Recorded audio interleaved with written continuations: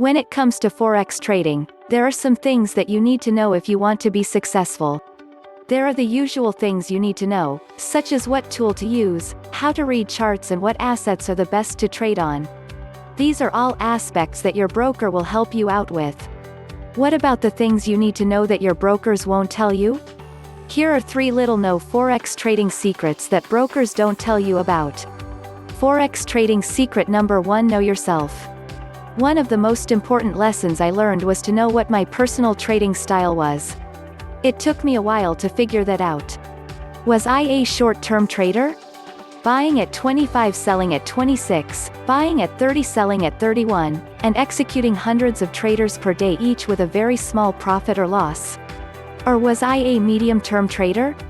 Someone who would buy at 1.1400 and sell at 1.1600, sell 1.1500 and buy back at 1.1200, and executing trades much less often but realizing much bigger gains or losses on each trade.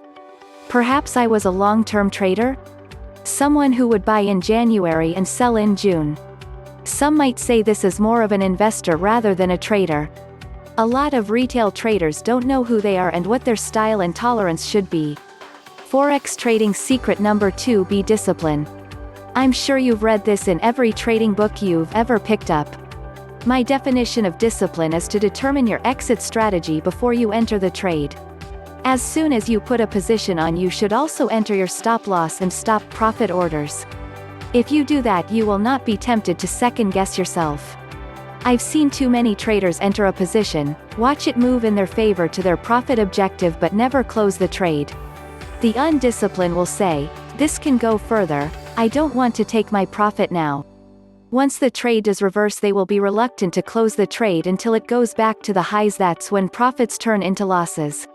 The old saying on the trading desk is, "Your first loss is your best loss." Yes, sometimes waiting is the prudent decision, but if you've done your homework and determine an exit strategy for both profits and losses, you will be better off in the long run. Forex trading secret number 3: don't get too high, don't get too low.